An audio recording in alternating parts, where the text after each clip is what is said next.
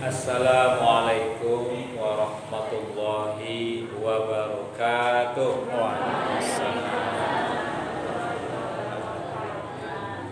Alhamdulillahirabbil alamin wa bihi nasta'inuhu ala umurid dunya waddin.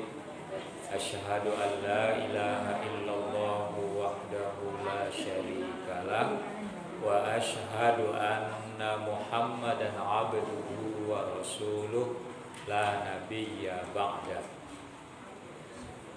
Puji syukur kita haturkan kehadiran Allah Subhanahu wa taala atas limpahan rahmat dan karunia-Nya kepada kita, atas kesempatan yang diberikan kepada kita, atas kesehatan yang Allah berikan kepada kita, sehingga pada malam ini kita dapat hadir bersama-sama di Masjid Al-Jamaah ini dalam keadaan sehat walafiat. Salawat dan salam tak lupa pula kita haturkan kepada junjungan kita Nabiullah Muhammad sallallahu alaihi wasallam. Pada malam ini kita akan ngaji bersama-sama. Dan tema kita atau judul kajian kita pada malam ini, kenapa tema ini atau judul ini penting ya? Tentu saja untuk memakmurkan masjid kita. Bapak Ibu, kadang ada masjid itu di tempat penduduknya banyak muslimnya, tapi saat sholat jamaah masjidnya kosong, sepi. Mado ngantuk. Shopnya itu kemajuan, maju di depan, di belakangnya tidak ada. Kadang-kadang cuma satu shop, tapi tidak semua masjid loh Bapak Ibu. Itu hanya beberapa masjid. Padahal masjidnya bagus, apik masjid. Ber-AC seperti masjid kita ini, resik, bagus seperti masjid kita ini. Tapi ternyata jamaahnya hanya beberapa orang saja. Kenapa kok masjidnya sepi? Apa penyebabnya? Banyak penyebabnya Bapak Ibu. Kadang ada alasannya, alah masjid dari rumahku jauh. Karena jauh, lakno sholat di rumah saja, jamaah sama bapak atau sama putranya. Atau ada juga yang beralasan, kenapa tidak jamaah ke masjid? Ke masjid paling jamaah mung sithik. Yuk sholat di masjid karena berjamaah biasanya sholatnya rada suwe. Nggih betul? Karena sebagian orang menganggap sholat di masjid itu agak lama. Soalnya meneh nanti imamnya baca ayatnya panjang. Soalnya kadang-kadang jamaah itu Pak Rawat itu mintanya imam itu sholat itu bacanya kalau bisa kulhu terus gitu. Nggih. Wal asri kalau bisa. Nek panjang-panjang sithik, sudah di belakang gitu. Dan tidak seneng kadang-kadang. Imam kok baca ayat kok panjang-panjang, tidak ayat pendek-pendek. Boleh memang membaca ayat yang pendek-pendek. Tetapi kalau baca Sabbihi isma rabbikal a'la ya tidak apa-apa. Ya, baca wadduha ya tidak apa-apa. Baca abasa wa tawalla ya tidak apa-apa. Sekali. Masa sholat maghrib kulhu sama wal asri, sholat isya inna a'toina tabat yada gitu. Besok dibaleni meneh itu terus. Nah, jadi Bapak Ibu, janganlah kita sholat itu ke masjid alasannya karena suwe sholat. Waktunya banyak terbuang. Jangan. Paling banyak kita sholat berjamaah itu kalau di masjid paling lama itu 10 menit. Itu paling lama. Gitu. Kalau sholat 5 waktu kali 5, 10 kali 5, berarti kita sholat berjamaah itu hanya memakan waktu 50 menit. Orang nganti jam. Sekarang coba kita bandingkan. Kalau kita tidur sehari semalam, berapa menit atau berapa jam? Jam. Kalau Bapak Ibu kita tidur jam 10 saja, bangun pukul 4, nek tangi jam 4 loh, itu sudah 6 jam loh Bapak Ibu. Mau turu. So meneh turu jam 10, letangi jam 6. Nah, berarti kan 8 jam nggih. Suwe mboten? Wah. Suwe banget gitu loh. Kalau dipikir-pikir, sholat kita itu tidak sebanyak waktu tidur kita loh Bapak Ibu. Nah sekarang dicontohkan yang lain. Kalau kita makan nasi saja, itu cukup nggak kadang-kadang waktu 2 menit, 3 menit? Oh, setengah jam malah. Saya menenek di rumah makan gitu, tempat kita ini kan banyak tempat makanan kuliner. Pribon? Paling enggak seperempat jam. Belum lagi nanti kalau tanduk gitu loh. Penjualannya tambah gitu. Lebih lama. Jadi kalau masih ada kita beralasan sholat itu lama, sholat itu kok menyita waktu, kita berarti tidak adil. Waktu makan kita lama, waktu tidur kita lama, waktu leyeh-leyeh kita lama, waktu ngobrol kadang kita lama. Biasanya ibu, bapak, nih ibu umpamanya nih ngerumpi 5 menit cukup betul? Boten. Ngerumpi setengah jam nggak kroso ya. Apalagi kalau ditambah ghibah, gosip, tapi bukan jemaah sih, nih itu jemaah liang nih, ya, nih ghibah gosip itu wah nggak kroso kadang. Tapi kok sholat kadang-kadang kita perhitung. Karena kalau kita sholat benar-benar sholat Bapak Ibu, itu kita nggak akan berasa itu lamanya sholat. Saya pernah nanya ke jamaah haji gitu ya, habis sholat di jamaah di sholat Masjid Haram. Terus kebetulan waktu itu imamnya itu Abdurrahman Sudais. Saya tanya jemaah, tadi Imam Sudais membaca surat Al-Mulk sholat subuh, baca surat Al-Mulk 1 surat. Suwe mboten. Alright, jadi jemaah saya tanya ngatanya nggak ada yang bilang lama, nggak kroso deh. Aku bisa, awong enak senajan artinya mboten ngerti, tapi sahdu enak sholat di depannya Ka'bah langsung itu nggak berasa. Lalu saya balik pertanyaan itu, Pak, kalau seandainya kita sholat dibaca oleh imam masjid di kampung kita surat Al-Mulk, kira-kira kroso suwe ndak palang guyu, ya. Kenapa kita berasa sholat di Masjid Haram itu nggak terasa lama? Kenapa di kampung kita sholat kok terasa lama? Padahal sama-sama masjid, mung bedanya masjidnya yang satu di Makkah. Ini masjidnya Al-Jam'ah ini loh. Jadi kroso itu mestinya tidak Bapak Ibu.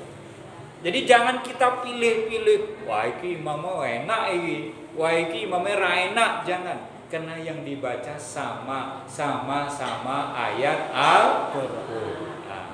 Senajan nanti cara membacanya, iramanya beda. Pengennya kita itu Bapak Ibu, ketika kita sholat itu kita hayati sholat itu. Jangan kita berasa lama, jangan kita grundel, jangan kita pilih-pilih sholat itu tempat. Ada alasan orang malas pergi ke masjid itu karena biasanya alasannya takut nanti waktunya banyak terbuang, gitu. Jadi takut waktu terbuang. Nek di rumah habis sholat kalau ada gawean lagi bisa lanjut, katanya. Nek ke masjid perhitungan. Tolong Bapak Ibu. Kalau untuk ibadah kita itu jangan hitung-hitungan. Karena kalau hitung-hitungan dalam ibadah itu jenenge kita sama dengan bakul. Berarti kita untung rugi. Kalau sholat di masjid, saya ke masjid 5 menit, pulang 5 menit, sholat di masjid 10 menit, terbuang waktu 20 menit. Padahal di rumah ada warung. Nek warung ditutup 20 menit, berarti berapa kerugian saja. Ini tolong jangan pakai hitung-hitungan seperti itu.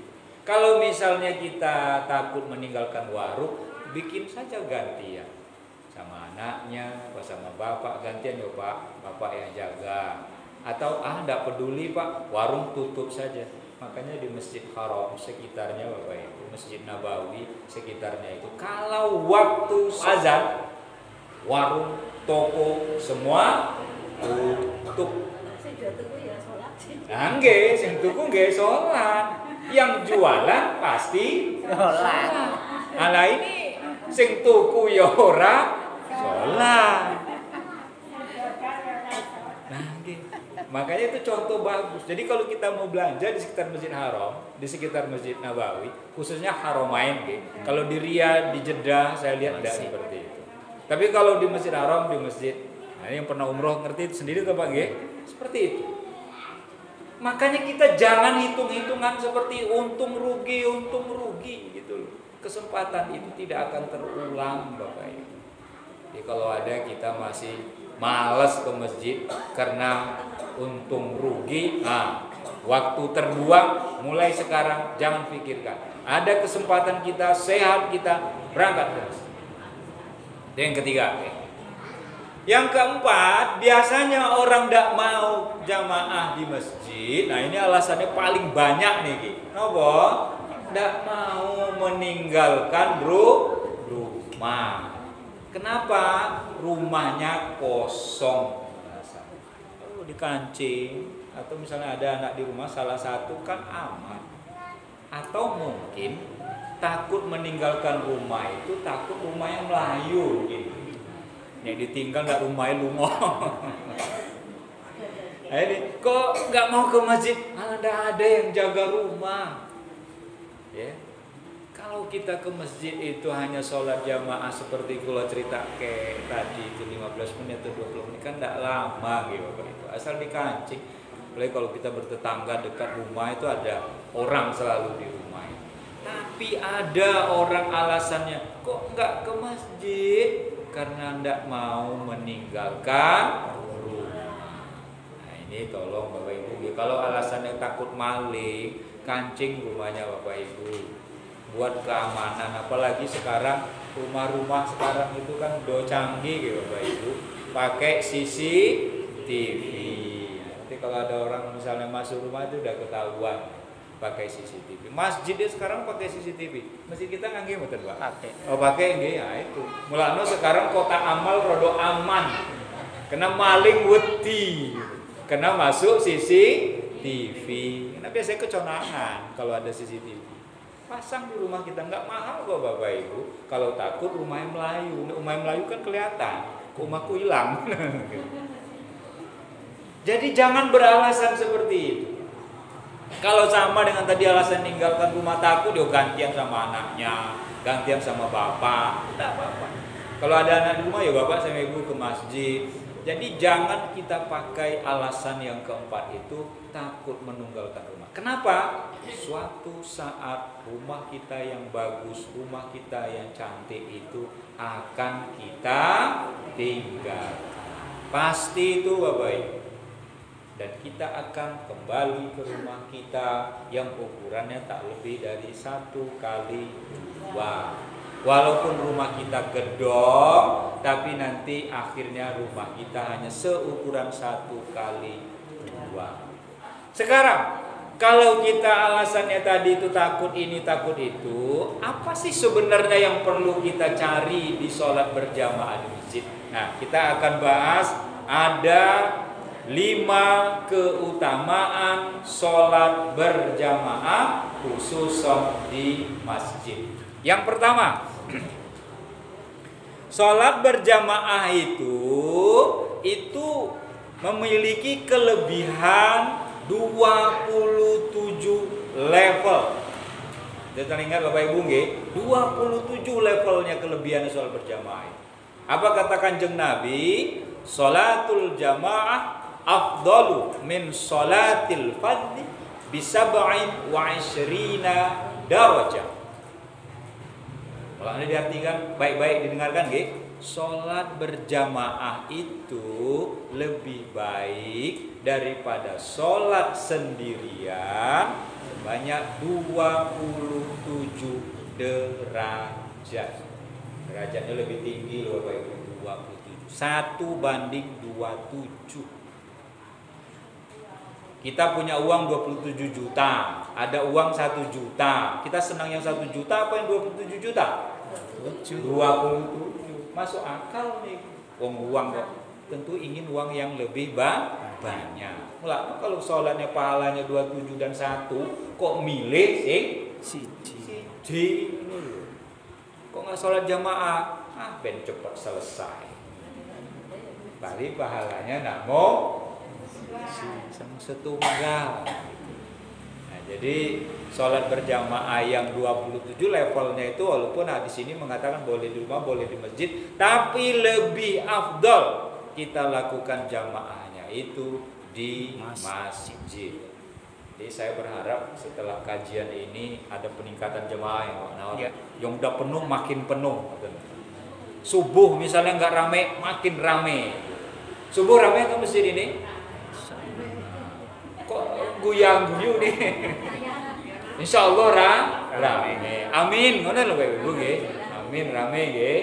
Kedua, keutamaan sholat berjamaah itu adalah dijanjikan oleh Allah balasan surga. Jadi Bapak Ibu, orang yang suka sholat berjamaah, seneng sholat berjamaah, Gusti Allah menjanjikan balasannya surga. Apa kata Kanjeng Nabi dalam sebuah hadisnya? Orang yang pergi ke masjid, maka ia akan dijamin oleh Allah hingga ia mewafatkannya, lalu memasukkannya ke dalam surga atau mengembalikannya dengan membawa pahala. Ini Bapak Ibu, hadis riwayat Imam Abu Dawud. Lalu yang ketiga, keutamaan sholat berjamaah itu apa? Itu terhindar atau terbebas dari api neraka dan sifat munafik. Jadi kalau kita rajin ke masjid, sholat jamaah selalu ke masjid, itu kita akan terhindar dari api neraka yang tadi sudah saya bahas Bapak Ibu. Terhindar itu apa? Berarti kita tidak akan masuk ke neraka. Rasulullah mengatakan, ya, man adrakal jamaah arba'ina yauman kataballahu lahu bara'atan minan nar wa bara'atan minan nifaq. Jadi terkait dengan agar kita terhindar dari api neraka dan dari sifat munafik itu, Rasulullah mengatakan, barang siapa yang mendirikan sholat berjamaah selama 40 hari, Allah menuliskan kepadanya ia akan terbebas dari api neraka dan terbebas dari sifat munafik. Nah, itu Bapak Ibu nggih. Yang keempat, sholat berjamaah itu akan mendatangkan rahmat kepada kita. Ya. Kenapa mendatangkan rahmat? Karena di dalam sholat berjamaah itu ada kasih dan sayang Allah. Contoh Bapak Ibu sesama kita, misalnya habis sholat atau kita pengausan seperti ini, kan biasa kita salam-salaman gitu. Dan salam-salaman itu biasakan kita mendoakan semoga selalu sehat. Itu rahmat loh Bapak Ibu. Kalau kita didoakan oleh orang doa kebaikan, mau betul? Mau. Makanya makanya saya membiasakan itu. Saya yakin Bapak Ibu juga selalu membiasakan. Rasulullah mengatakan, hadis riwayat Imam Ahmad, al jama'atu rahmah wal furqah azab. Berjamaah itu rahmat. Berkumpul, sholat berjamaah bersama-sama itu rahmat, kasih sayang Allah. Makanya kita bisa berbagi, kita mendapatkan informasi, kita dapat bercerita, kita tuh menjadi senang hidup itu, Bapak. Kalau kita di rumah aja, nggak pernah bergaul, nggak pernah bersosial, putek mboten Bapak Ibu. Putek kita itu, nggak gaul. Nah kita kumpul seperti ini kan kita ketemu teman-teman, cerita, walaupun cerita ngalor ngidul ya nggak apa-apa. Yang penting kita cerita senang-senang, bisa guyang-guyu, bersenda gurau. Kalau di rumah aja, apalagi pegangannya cuma HP, itu 1 jam megang kepala puyeng loh. Yang kelima, keutamaan sholat berjamaah di masjid itu adalah terhindar dari gangguan syaitan. Nah ini loh Bapak Ibu. Kenapa kita sholat berjamaah kok terhindar dari godaan syaitan? Contoh, ini gue bagi contoh. Kira-kira kalau ada orang sudah rajin sholat ke masjid berjamaah, apa dia berpikir berbuat maksiat, sedang sholat mikir, aku nanti mau nyolong nanti. Kan tidak mungkin tuh Bapak Ibu. Saya nanti mau minum-minum, mau ngombe, mau mendem, golek bolo sopo. Kan tidak mungkin, gitu. Kenapa? Karena syaitan tidak akan menggoda orang-orang yang di masjid itu. Gitu. Kalaupun ada orang tidur di masjid itu tidak apa-apa. Lebih baik tertidur di masjid daripada tidur di rumah. Tertidur di masjid tidak apa-apa. Kan mungkin ya Bapak Ibu namanya orang bekerja, gitu. Kadang di sabin, di kebun, di pasar, di kantor, di mana-mana kita bekerja itu. Ya pas sholat kesel ngantuk, ya tidak apa-apa. Ada hadisnya loh Bapak Ibu. Kalau bacakan hadisnya, fa'alaika bil jamaah fa innama ya'kulul dhi'bul qasiyah. Kata Rasulullah, tetaplah kalian itu sholat berjamaah, karena sesungguhnya serigala itu hanya akan memakan kambing yang sendirian. Nah ini Bapak, ini perumpamaan.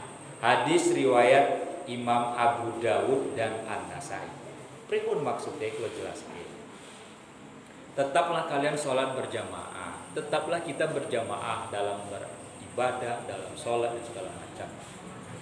Karena kata Kanjeng Nabi, serigala itu hanya akan menerkam kambing yang sendirian. Maksudnya apa? Orang-orang yang sendirian itu mudah tergoda oleh syaitan. Coba kita mikir sendiri kita ya, tidak ada orang yang mengingatkan kita, tidak ada teman kita, tidak ada orang di sekitar kita. Kita bisa melakukan apa saja. Makanya kadang-kadang orang bunuh diri itu dia melakukannya karena mereka sendiri. Tidak ada orang yang mengingatkan. Kalau ada orang yang ingatkan, Pak, jangan Pak, mau bawa tali, mau kemana kok bawa tali, mau gantung diri, kan diingatkan orang, jangan, kan begitu. Karena dia dilihat oleh orang. Tapi kalau dia sendirian, menutup diri, kancane orang ngerti apa yang dia lakukan, itu bisa saja. Makanya serigala itu tidak akan mencari hewan yang berkumpul secara rame-rame, karena dia tahu kalau mereka rame, mereka itu bisa kuat, saling menolong. Iblis itu akan mendatangi orang yang sendirian karena tidak ada orang yang mengingatkan. Ada orang yang bunuh diri, terlihat oleh orang, jangan, apaan sampean jatuh dari tempat tinggi ke bawah itu, kan diingatkan oleh orang lain. Nah, jadi dari perumpamaan ini kita berharap terhindar dari godaan syaitan. Jadi kalau semakin sering kita ke masjid, sering sholat berjamaah, kita insya Allah terjauh dari godaan syaitan. Demikian yang dapat saya lakukan. mengusulkan bila ada kekurangan saya mohon maaf yang sebesar-besarnya dan itu kekurangan saya, dan bila itu benar itu datangnya dari Gusti Allah Subhanahu wa taala. Wabillahi taufiq wal hidayah. Assalamualaikum warahmatullahi wabarakatuh. Waalaikumsalam.